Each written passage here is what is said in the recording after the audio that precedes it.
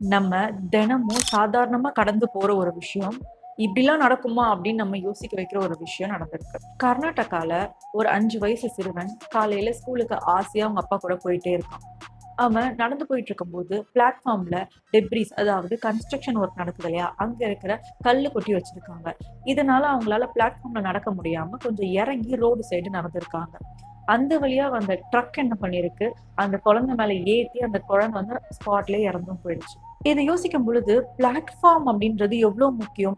ஏன் நீங்களே எத்தனையோ தடவ வந்து நீங்க பிளாட்ஃபார்ம் கடந்து போகும்போது யோசிச்சிருக்கீங்க. பிளாட்ஃபார்ம்ல நம்ம எத்தனையோ பேர் நடக்காமயும் போயிருக்கோம். ஆனா, இதனால எவ்ளோ பெரிய ஒரு டேஞ்சர் இருக்கு அப்படின்றது தெரியாமயே நம்ம பண்ணிட்டு தான் இருக்கோம். நீங்க யோசிச்சு பாருங்க. தப்பு இந்த பிளாட்ஃபார்ம்ல கொட்டுன கல்லு மேலயா? இல்லன்னா இறக்கி கூட்டு போன அந்த பேரண்ட்ஸ் மேலயா? இல்ல மோதுன அந்த ட்ரக் மேலயா?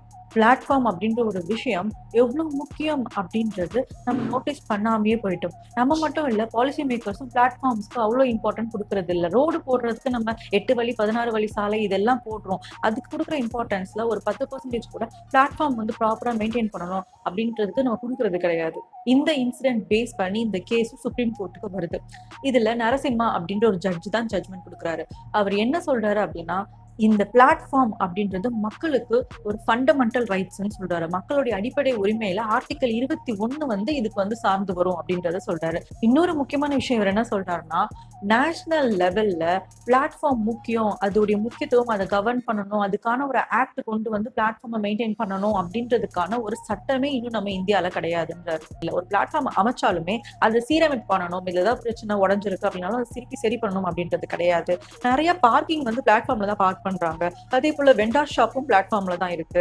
அது இல்லாம கன்ஸ்ட்ரக்ஷன் ஒர்க் நடக்குது அப்படின்னா, அந்த கழிவு டெப்ரீஸ் இருக்கு இல்லையா? அது எல்லாமே அங்க தான் கொட்டியும் வைக்கிறாங்க. ஸோ இந்த மாதிரியான நெறைய பிரச்சனைகள் இருக்கிறனால, பிளாட்ஃபார்ம் மக்கள் வந்து நடக்க பயன்படுத்த முடியாத நிலைமையிலயும் இருக்கு. கடைசியா அந்த ஜட்ஜ் என்ன சொல்றாரு அப்படின்னா, ரோடு இருக்கு அப்படின்னா, அந்த ரோட்ல நடக்கிற மக்களுக்கான சேஃப்டியும் முக்கியம். அதுக்கான பிளாட்ஃபார்மும் வந்து ஈக்குவலி மெயின்டெயின் பண்ணணும் அப்படின்றதையும் அவர் குறிப்பிட்டாரு. அவ்வளோ ஏன் நம்மளே வந்து நெறைய பேர் ஃபேஸ் பண்ணியிருப்போம். எனக்கே என்னன்னா, நான் சம்டைம் ரோட்ல நடந்து போகும்பொழுது, சம்டைம் லாரி வந்து ரொம்ப கிட்ட கிராஸ் பண்ணி போகும். இல்ல வண்டி வந்து ரொம்ப கிட்ட போகும். அப்ப நினைப்பேன், "ஐயோ! நல்ல வேளை மோதல" அப்படின்ட்டு நான் நினைப்பேன்.